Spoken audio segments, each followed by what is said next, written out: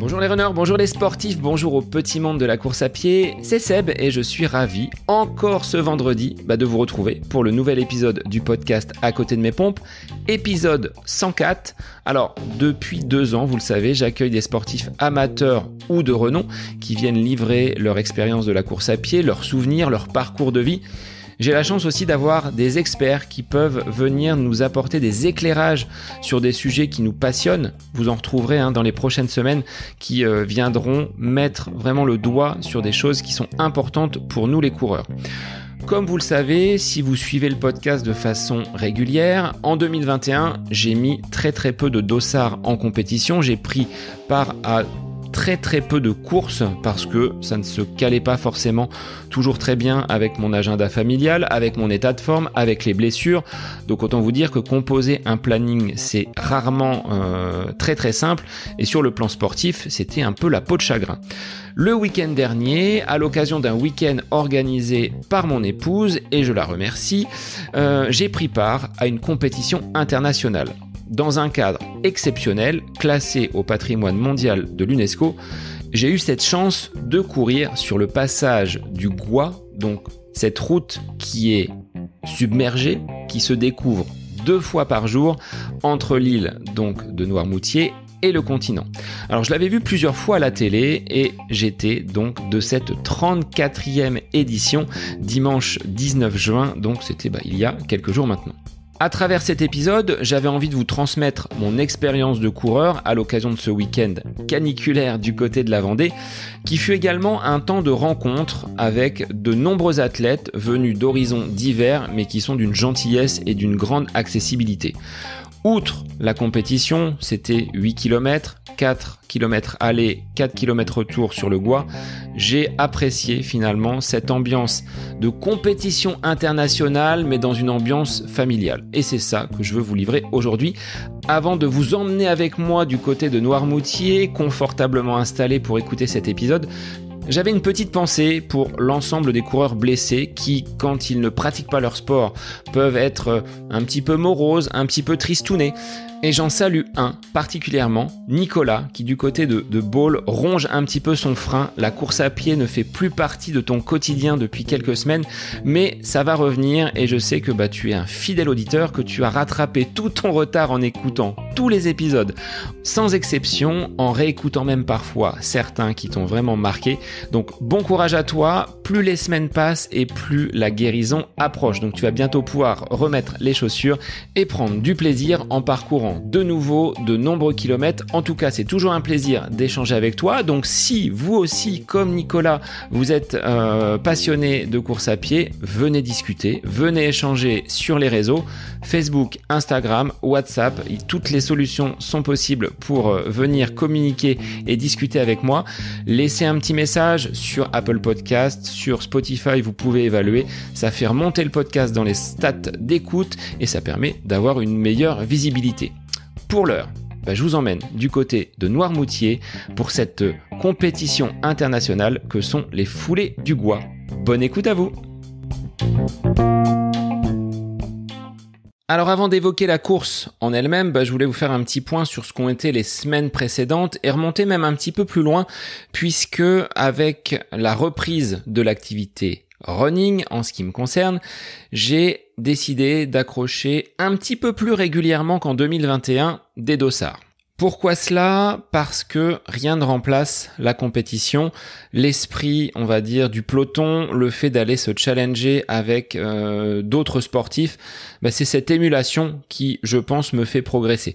D'être sur ma piste d'entraînement seul à tourner, c'est pas là où je vais finalement me confronter à la réalité du terrain, à la réalité du bitume. Et donc, en avril, premier dossard, course de reprise, la première en 2022.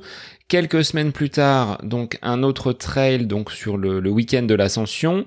Et sur ce mois de juin, une course était programmée, les foulées du Gois, direction Noirmoutier, pour un week-end organisé totalement par mon épouse. Elle m'avait fortement poussé à prendre part à cette compétition que j'ai vu à plusieurs reprises à la télé. Ça reste quand même quelque chose d'intriguant de voir ces coureurs courir dans l'eau. Alors je vous rassure tout de suite, moi je n'ai pas pris part à cette course où les athlètes partent à marée montante avec les pieds dans l'eau, mais j'y reviendrai tout à l'heure. Donc une course par mois en termes de programme, je pense que sur le mois de juillet j'en aurai une également, et sur le mois d'août j'ai déjà coché pas très loin de Noirmoutier, du côté de Saint-Brévin-les-Pins, les Foulées des Dunes, course qui se fait totalement dans le sable.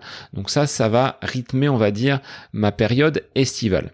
Pour l'heure, j'ai pas encore identifié quels seront mes objectifs de la rentrée.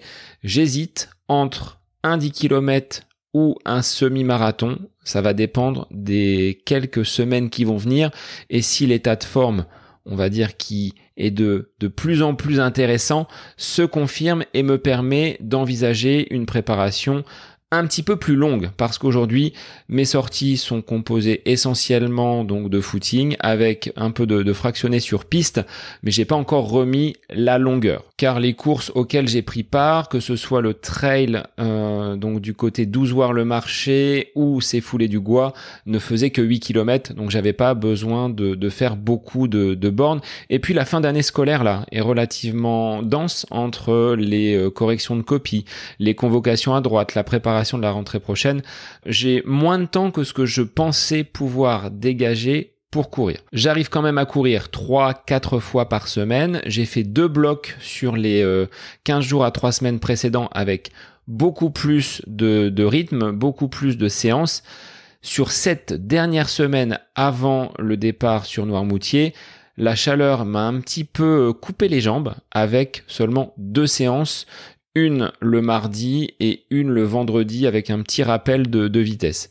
Mais ce fut tout, parce que la chaleur était telle que même avec une adaptation, la séance aurait été compliquée en journée. Donc elles se sont faites le matin, très tôt, et je suis donc arrivé sur la ligne de départ avec quand même un entraînement suffisant pour pouvoir boucler et dans de bonnes conditions ces 8 km sur le passage du Gois. Alors, route mythique que nous avons découvert samedi après-midi lors de notre trajet, nous conduisant jusqu'à l'île de Noirmoutier.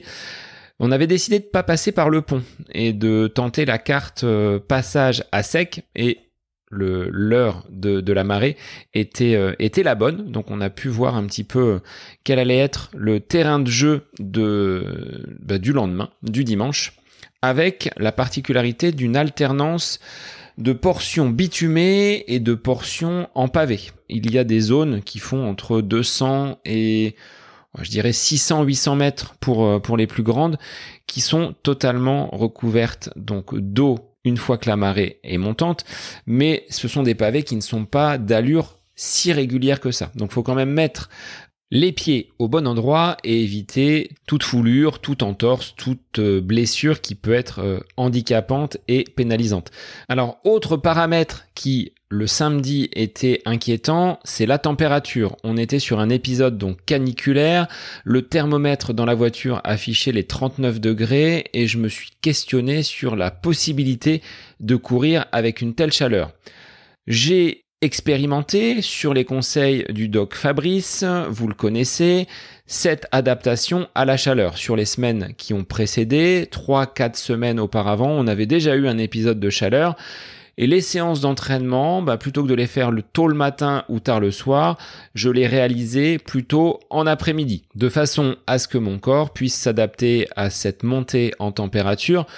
Mais là, de mémoire alors pas de Vendéen, mais de ce que j'ai pu connaître en étant vacancier dans la région depuis plus de 15 ans maintenant, j'ai jamais eu aussi chaud. Tellement chaud que des manifestations sportives ce samedi avaient même été annulées sur l'île-Dieu. Un trail n'a pu se tenir à cause de ces conditions climatiques. Je m'inquiétais un petit peu parce que courir à un horaire inhabituel, 15h10, le départ devait être donné pour ma course populaire. Avec une telle météo, je me dis ça va être vraiment l'enfer, le cagnard. Et finalement, dans la soirée, on a connu un épisode orageux, du vent s'est levé et les températures ont drastiquement baissé. On a dû perdre 10 degrés en l'espace de quelques heures. Donc à partir de ce moment-là, plus aucun doute sur la tenue de la course. elle aura lieu, parce que c'était aussi dans la balance, l'incertitude des organisateurs avec cet épisode de très très forte chaleur.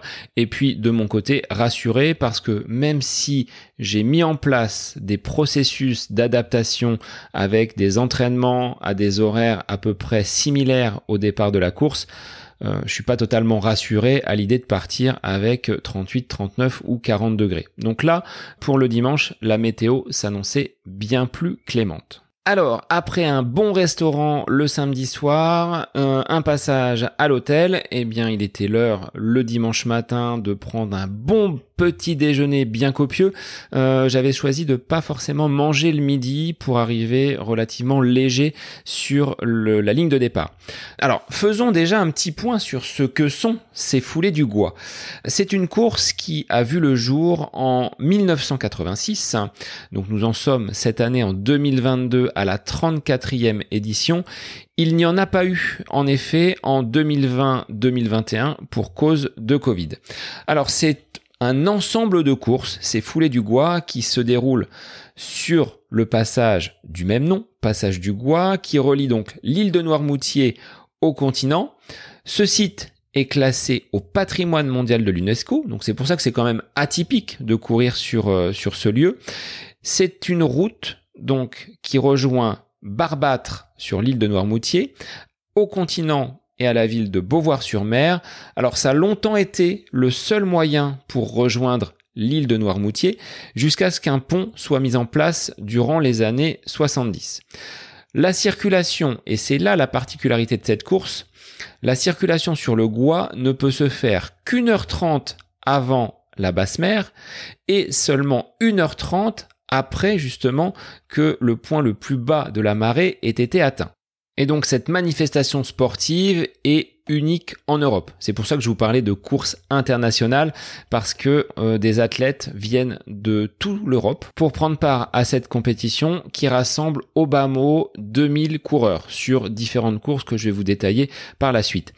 Ce qu'il faut savoir, c'est qu'en termes d'organisation, c'est une association, donc l'association des Amis du Gois, qui organise l'ensemble de la manifestation sportive avec 2 médecins, 25 secouristes, plus de 250 bénévoles pour satisfaire les nombreux coureurs. Alors, il y a également les ostréiculteurs qui apportent leur soutien en apportant des chalands pour que les médias et la presse puissent suivre donc ces différentes courses. Un quad passe sur le Gois avec les caméras, il y avait des drones. Donc vraiment, pour tout ce qui est suivi des coureurs, la logistique, le ravitaillement, le retrait des dossards, tout ça est rodé et sur un périmètre relativement restreint. Donc là, chapeau à l'organisation d'avoir pu mobiliser une nouvelle fois l'ensemble de ces moyens, parce que quand vous êtes coureur, vous parcourez le Gois, donc vous voyez un petit peu le paysage. Pour ce qui est des accompagnateurs qui restent d'un côté ou de l'autre, donc soit côté continent, soit côté Noirmoutier, ils n'ont pas la possibilité, ou alors très partiellement, de voir les coureurs. Là, avec toute cette logistique, avec les speakers, avec les animateurs sur place, on a sur écran géant l'intégralité donc de la course en étant quasiment immergé dans l'ambiance, dans cette foule qui porte également les coureurs, et j'y reviendrai également tout à l'heure. Donc, comme je l'évoquais, il y a plusieurs courses. La plus populaire, la plus célèbre, c'est celle que l'on appelle à marée montante, la course dite des As. Ces gens-là ne vont parcourir que 4 km, mais attention, 4 km avec l'eau qui monte sur le Gois et qui va peu à peu entraver la foulée de ces coureurs. Ils étaient 30 cette année, 19 garçons, 11 filles, et c'est vraiment quelque chose d'épique. C'est ce qui vient clore finalement la manifestation avec cette course dite des As.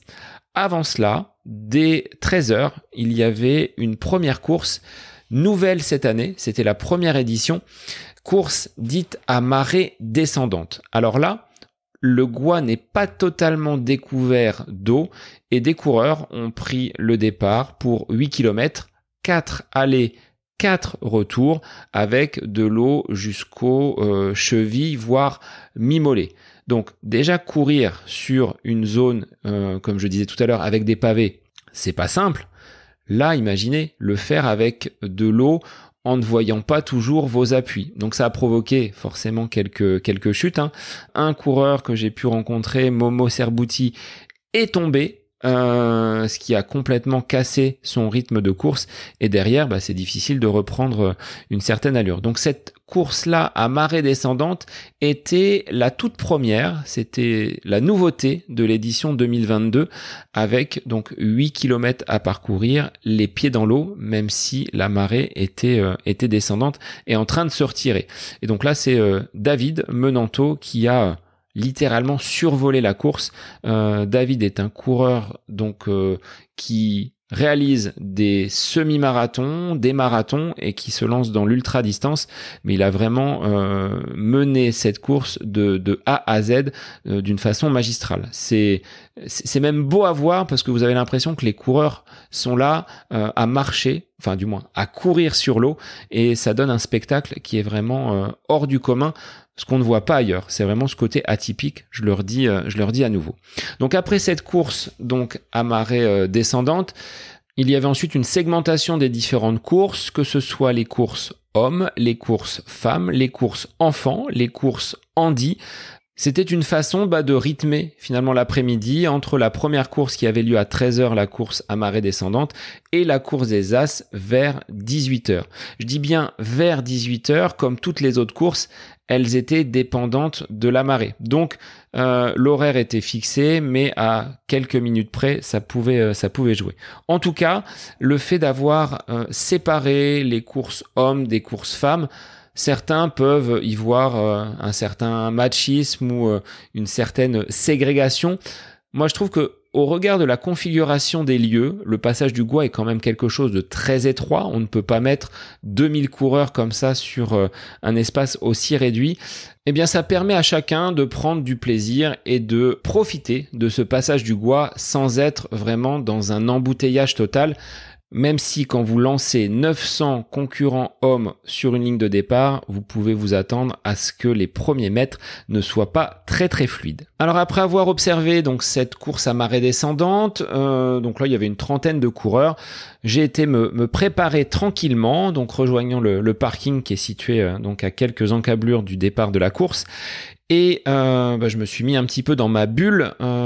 Céline, mon épouse, était donc en bord de mer, en train de prendre quelques couleurs, parce que la météo du matin qui nous laissait entrevoir peut-être de la pluie, des averses, un orage, plus la journée avançait et plus les nuages se sont éloignés.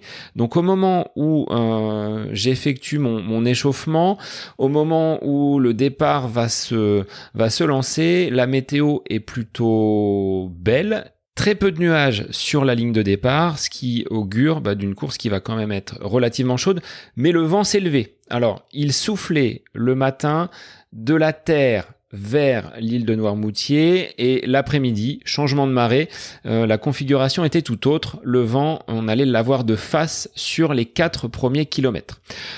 Une fois l'échauffement terminé, un petit coucou à Céline, je lui laisse mes quelques affaires et je rejoins la ligne de départ. Et pour rejoindre la ligne de départ, c'était un petit peu l'embouteillage. Il y avait juste un sas pour accéder, et si vous avez vu les photos sur les réseaux, je me retrouve quand même assez loin des premiers concurrents. Je me place rarement en tête des pelotons parce que je sais que ça va pousser et que je vais être rapidement dans un faux rythme. Mais là, au vu de la configuration, être en retrait de la ligne de départ, ça allait être un désavantage parce que la largeur de la route n'est pas très importante et ça allait vite être l'encombrement. Donc, 15h10, le départ est donné. Alors j'ai vaguement entendu le starter, mais ça a été un bruit de foule immense, donc on a su que ça commençait à avancer un petit peu. La mise en route, elle est très très très laborieuse, c'est-à-dire que comme sur un départ d'une grande manifestation sportive, là quand c'est large, on peut partir un peu plus rapidement. Là, avec une route qui doit faire 2,50 m, 3 mètres même pas, placer 900 coureurs comme ça prêts à en découdre, les premiers mètres sont très très lents. On marche, on avance, on stoppe, on marche, et petit à petit j'ai pu me mettre à trottiner, à courir. mais la foulée n'est pas une foulée, on va dire, totalement libérée telle qu'on peut l'avoir quand on va réaliser un footing ou un fractionné en solo. De ce fait, le passage au premier kilomètre, au deuxième kilomètre sont relativement lents. C'est à partir de ce moment-là où je peux vraiment me mettre un peu plus en action. Alors, ce qui est sympa, c'est que quand on part du milieu de peloton ou plutôt de l'arrière, on va être amené à doubler un grand nombre de coureurs. Donc là, pour le mental, c'est quand même un point positif de remonter, donc de doubler. Alors en faisant attention, parce que l'alternance de passage pavé fait qu'il faut quand même regarder où mettre les pieds. Et comme je l'indiquais en préambule, j'ai pas envie de revenir avec une cheville complètement démontée de ce week-end, donc sur Noirmoutier. Ce qui fait que le premier passage pavé n'est pas très très long. Il doit faire 200 mètres, donc très rapidement. Après, on se retrouve sur une route bitumée. Donc je pense qu'en dessous, il y a quand même les pavés. On voit quand même des trous par endroits. Mais là, la route est sèche. Il n'y a plus d'eau. Et là, je peux commencer vraiment à dérouler. Ce qui est sympa, c'est qu'en plus de pouvoir dérouler, j'ai le temps, je dirais, d'observer un petit peu ce qui se passe à droite, ce qui se passe à gauche. Alors vous avez des gens qui sont en train de pêcher des palourdes, de pêcher des coques, d'autres qui font de la bronzette, d'autres qui nous encouragent. Et puis les kilomètres avancent petit à petit. Il y a des repères visuels. Alors ça, c'est plutôt intéressant. On les voit quand on est soit d'un côté, soit de l'autre. On voit au loin des espèces de totems avec pilotis.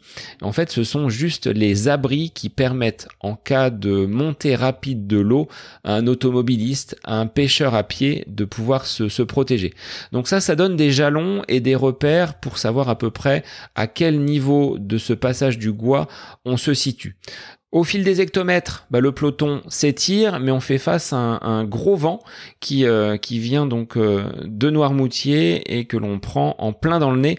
Alors j'essaie de slalomer un petit peu, de m'abriter pour prendre entre guillemets l'aspiration et continuer à remonter.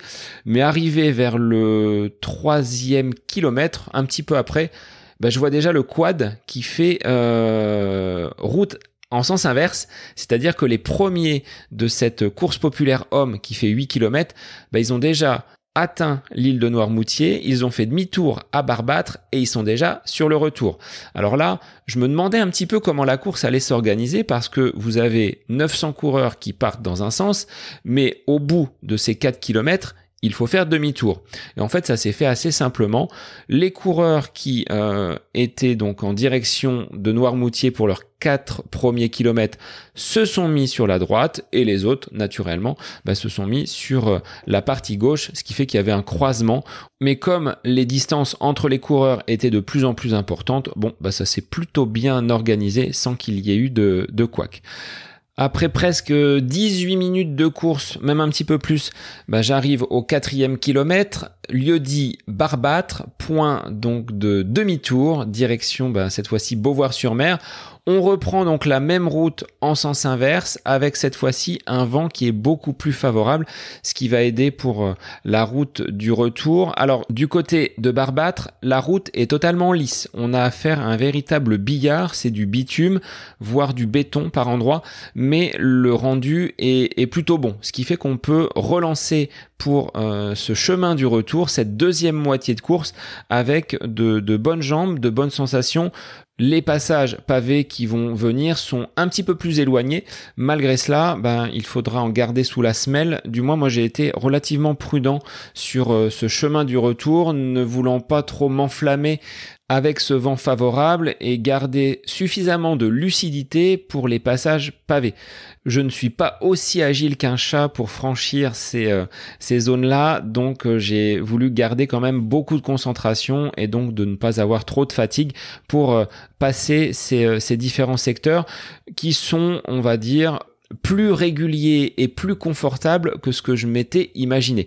Quand je dis confortable, c'est que par endroits, il y a quand même du sable et il n'y a pas trop de creux, pas trop de trous, pas trop de pavés instables, ce qui fait que j'ai adopté mon rythme qui était moins soutenu que sur les portions bitumées, mais c'est passé quand même assez assez facilement sans que je ne me fasse quelconque frayeur. Donc ça, c'était plutôt agréable avec toujours sur le retour, un œil à droite, un œil à gauche, profitant un petit peu du paysage. Les jambes sont encore là, plutôt bonnes, donc je continue à accélérer. Alors, sur la deuxième partie, j'ai remonté quand même beaucoup moins de coureurs. Les allures étant stabilisées, chacun ayant pris son rythme de croisière, il faut là batailler un petit peu plus pour aller doubler des concurrents qui seraient un petit peu moins rapides. Donc je continue à avancer, 6e kilomètre, 7e kilomètre, et là au loin, je vois comme une masse, une foule donc rassemblée au niveau de l'arrivée. Ça me faisait penser un petit peu à l'arrivée du Tour de France. Vous voyez, une étape où on va avoir un cordon de spectateurs de part et d'autre qui entoure finalement le peloton de coureurs. Et bien là, c'est à peu près exactement la même configuration. 1 kilomètre avant l'arrivée, j'aperçois Céline. Elle a le temps de me prendre 2-3 fois en photo. Et puis, c'est parti pour la dernière portion pavée.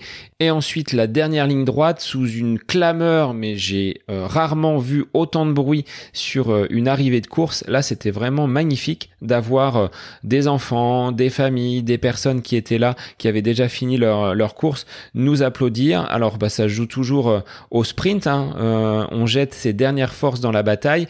Et je passe la ligne d'arrivée en 34 minutes 36. J'avais pas prévu de chrono. Honnêtement, c'est une course sur laquelle il est difficile de se positionner. Je connaissais pas la configuration, je ne connaissais pas non plus la façon dont cette course allait se dérouler, avec ce départ très très lent. Donc globalement satisfait de ma deuxième partie de course, mais satisfait tout simplement d'avoir pu parcourir, mettre mes pieds les uns après les autres sur ce passage mythique du Gois que je pourrais comparer au Paris-Roubaix de la course à pied. Paris-Roubaix, c'est cette course cycliste qui voit des passages pavés alternant avec des passages de route. Là, on est un petit peu sur le même principe. Il y a du bitume, il y a du pavé, mais la particularité, c'est de courir sur cette voie qui est découverte seulement à 2 reprises dans la journée. Donc, ce mythique passage donc du Gois entre Noirmoutier et le continent. Donc, bien évidemment, derrière le classement, pour moi, il est totalement anecdotique puisque j'ai pas vraiment de repères et il y a quand même un gros niveau, une grosse densité sur la course populaire puisque le premier des hommes qui viendrait à remporter cette compétition gagne son billet pour la course des As, celle qui arrive vraiment en toute fin de manifestation et qui reste la plus prestigieuse de toutes ces compétitions sur le Gois. Donc, il y a quand même un niveau qui est assez relevé. Ce qui se dégage malgré tout de cette course, c'est l'ambiance familiale. Les gens sont arrivés relativement tôt, ce qui a été notre cas, puisque je voulais juste prendre mon dossard et repartir ensuite pour vadrouiller sur Noirmoutier. On est finalement resté sur le lieu de la course parce qu'on voyait qu'il n'y a qu'une route pour aller jusqu'au Gois et les voitures étaient en nombre. Et les coureurs étaient attablés avec leurs proches, leurs familles, leurs copains de club pour prendre leur déjeuner du midi, pour partager un petit moment. Donc il y a ce côté vraiment familial, convivial que l'on retrouve donc dans notre sport qu'est la course à pied. Tout ce que je viens de vous raconter là offre un cadre, on va dire, idéal, une course qui s'est passée à merveille, même si avec peut-être un meilleur positionnement, le chrono aurait été un petit peu meilleur. Malgré ça, ça reste un très très beau moment dans ma modeste carrière de coureur. Mais il y a eu autre chose, c'est-à-dire que j'avais, avant de prendre la route, observé quelles étaient les personnes qui prendraient part à la course des As. Et là, j'avais quelques personnes à rencontrer. Des sportifs, des champions avec qui j'avais déjà pu échanger par les réseaux, mais que je n'avais jamais rencontré physiquement. Donc ça a été aussi un très beau moment de partage, d'échange, de discussion avec ces athlètes. Alors, je vais pas tous vous les citer, mais clin d'œil à Anaïs Kemener qui, après plusieurs participations à la course populaire, est allée se confronter à la course des As. Donc merci Anaïs pour ta gentillesse, ta disponibilité, que ce soit avant la course ou après. Tu affichais encore un grand sourire, donc merci à toi. Mais je pense également à Momo Serbouti qui a été l'animateur durant toute l'après-midi de ces courses. encourageant les coureurs qui arrivaient, les premiers, les derniers, tapant dans la main, donnant de la voix. Donc bravo Momo, tu as des talents d'animateur qui s'offrent à toi. Je pense également à Mélodie, Julien, à David Menanto qui sur la course populaire femmes respectivement et sur la course à marée descendante ont littéralement survolé ces deux épreuves. Merci à vous parce que vous êtes des champions et vous avez vraiment une grande disponibilité et une simplicité à transmettre votre passion. Et puis je terminerai par Brice Daubord et Antoine De Waal sur la course des As. Les garçons, vous avez fait preuve d'une grande force, d'une grande solidarité dans l'épreuve. Brice a chuté, il s'est relevé et il a quand même fini. Donc c'est vraiment une manifestation qui, de par sa configuration, de par le lieu où elle se situe, est vraiment hors norme. Donc ça, c'est vraiment un énorme coup de cœur que je vous livre aujourd'hui à travers cet épisode, et je regrette même, et ça me servira de leçon pour les prochaines courses auxquelles je prendrai part, de pouvoir vous rapporter des petites capsules audio pour que vous puissiez prendre la température et vous rendre compte vraiment de l'ambiance, et peut-être d'interviewer quelques coureurs avant leur course, après leur course, qu'ils soient anonymes ou des champions, mais au moins donner la parole à des personnes qui sur place ont fait de cette course une manifestation vraiment sympathique. Donc moi je ne regrette absolument pas ce week-end du côté de Noirmoutier dont je voulais vous faire part aujourd'hui à travers cet épisode. Et sans savoir de quoi sera fait mon calendrier pour la saison 2023,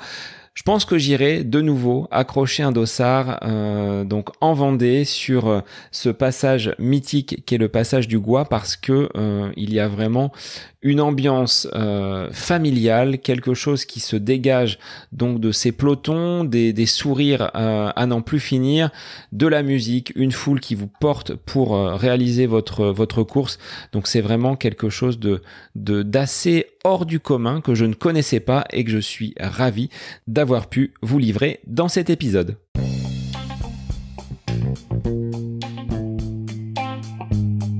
L'épisode touche maintenant à sa fin, il est temps de conclure et de vous dire à la semaine prochaine pour un nouvel épisode du podcast À côté de mes pompes. Je vous remercie bien évidemment de votre écoute et je tenais à saluer toutes les personnes que j'ai pu croiser sur ce week-end de course dans la région vendéenne entre le continent et la presqu'île de Noirmoutier. C'était vraiment un événement formidable avec cette course vraiment atypique, c'est unique en Europe. Donc moi je vous invite pour votre calendrier de la saison, alors maintenant ce sera l'édition 2023, à cocher ces foulées du Gois et à prendre beaucoup de plaisir parce que c'est vraiment dépaysant. J'ai l'habitude de courir dans cette région, du côté de Pornic, du côté des foulées de Saint-Brévin. Là c'est encore autre chose avec ce cadre magique, l'eau qui découvre le passage du Gois, qui ensuite se referme sur les coureurs. Vraiment, allez-y, je vous le recommande. Et puis moi, je vous dis à la semaine prochaine, sans faute, pour un nouvel épisode du podcast À côté de mes pompes. Bonne semaine à vous!